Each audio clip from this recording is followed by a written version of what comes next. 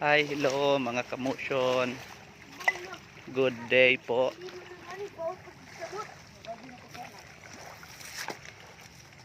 Walking with nature muna tayo mga kamotion ngayong hapon. Kasama ko yung aking mga bossing.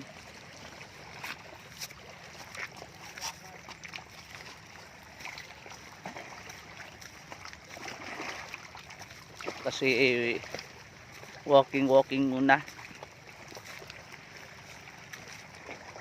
Alam nyo ho, pagkatapos kong magbasa kanina ng aklat na evangelism,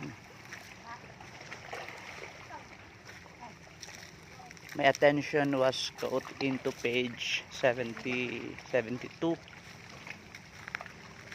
na sinabi doon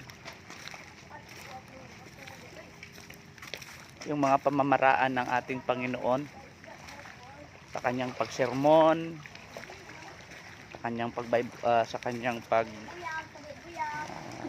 kikipagminggel sa mga tao sa kanyang kapanahunan. And I was very energized and moved. Kaya lang dapat balanse din yung ating buhay, di po ba? Kailangan din na kung ano yung nabasa mo, dapat i-apply mo din sa nature. At isa sa mga nabasa ko doon ay kailangan pag-aralan mo yung iyong area or field of work. Hindi ka pala pwedeng maging successful worker or evangelist without studying first your field work.